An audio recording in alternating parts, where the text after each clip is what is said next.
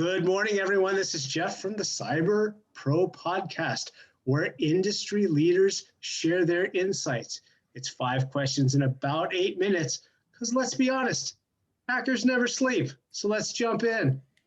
Question number 1. Benjamin, in a few sentences, please tell us who you are and what you do. I'm Benjamin Bressington. I'm the CEO of ChatFortress, a cybersecurity company. I'm also a cyclist and an avid coffee drinker. Well put.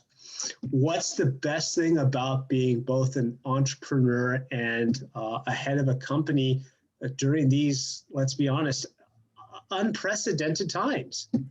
Well, it's the changing circumstances every day. It's never the same job. So if I was in customer support, I'd always be dealing with nagging clients and people.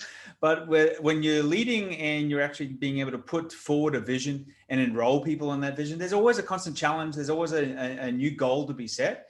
And there's never a dull moment. And I believe if people say it's dull and boring, they're just not living life to what's truly possible. Oh, that's fantastic. And this is going to be a great response by you. We hear from other industry leaders that cybersecurity is not only a top concern, but because of many factors that are going right now, is only getting bigger. What does that mean to you? Well, it means that to me, we've got to start having better conversations because, yeah, cybersecurity is a top concern, but a lot of companies, and if you're talking about the smaller businesses, so sub 50 employees, they've got no stinking clue where to start with cybersecurity, but yet they're just as vulnerable.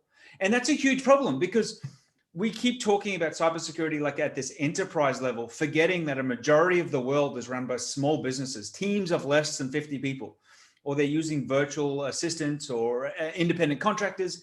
That's a whole new challenge for this world. So I believe we've got to start having better conversations about cybersecurity and facilitating people to have a legitimate conversation about what the hell is my risk and how am I being exposed? Because let's face it, most people are scared of the computers. So they got no stinking clue what their risk really is and what it really means to have a ransomware and see that $750,000 Conti ransom demand come across their screens. Because when they understand that, that scares the living crap out of them. Yeah, you're absolutely right. And that's going to lead into question number 4. But I guess my takeaway is that it needs to be top of mind, a proactive conversation, and kind of a marriage between what's important and what's important to me and what can I afford as a potentially a small to medium-sized business owner. Well put. So then into question number 4, specifically, what insights about creating a cybersecurity culture would you like to share with our community? Well, I think we need to foster the conversation more around becoming resilient to attack, because a lot of people think, hey, I'm going to buy an endpoint or I'm going to buy a firewall or I'm using a VPN. And you know what? I'm now immune from any crap or hacks that are going to happen to me. And that's not the approach, because we see VPNs getting breached all the time. Or the one I love hearing is we use Macs, so we're safe. I'm like, that's great. But did you read this headline where the new Macs have just been compromised with malicious code?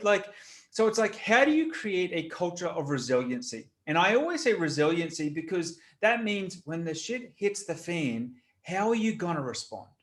And that's the big thing, which most people don't have a response plan. They don't know how to respond. And then they let the situation control them, which usually means their business suffers. And resiliency is all about surviving difficult times. So if we can have those conversations rather than just going feature, benefit, buy my product, we can really help people protect themselves, because there's different types of scams online and offline.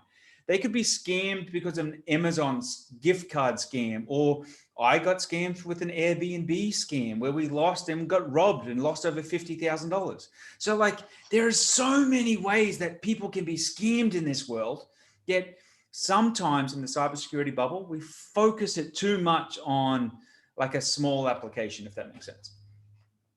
Yeah, absolutely. And I think that your topic of conversation couldn't have come at a better time, right? As the world deals with the pandemic and reacting as opposed to having a consolidated plan, which is then enacted. the world finds themselves twiddling their thumbs a little bit, not knowing how to act. And so they're being forced to react.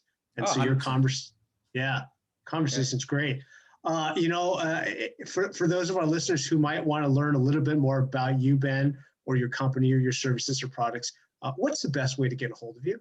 Well, it's really simple. If they want to find out more about ChatFortress, all they got to do is hit up chatfortress.com. And if they would love to schedule a time with me to have a call or a conversation, it's really simple. It's callben.co. And that way you can connect with me. You can find out all the cool crap I'm doing and having fun in my life. And we make it kind of simple. Brilliant. Okay, so our final question. Come on, let's end with something fun. What is your favorite piece of retro technology that makes you smile? So I was at the Game Expo in Spain about a year and a half ago, and we sat down in front of those Pac-Man arcade glass tables. Remember the old school ones? And we literally sat there playing Pac-Man and Donkey Kong for like an hour and a half. Like those things, they bring back great memories, and they're just so much fun.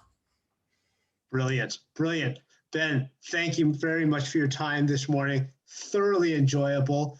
For those of us who watch the Cyber Pro podcast regularly, please remember we post 3 or 4 episodes a week on different topics with industry leaders like Ben. So be sure to tune in and find out more about us at cyberpropodcast.com.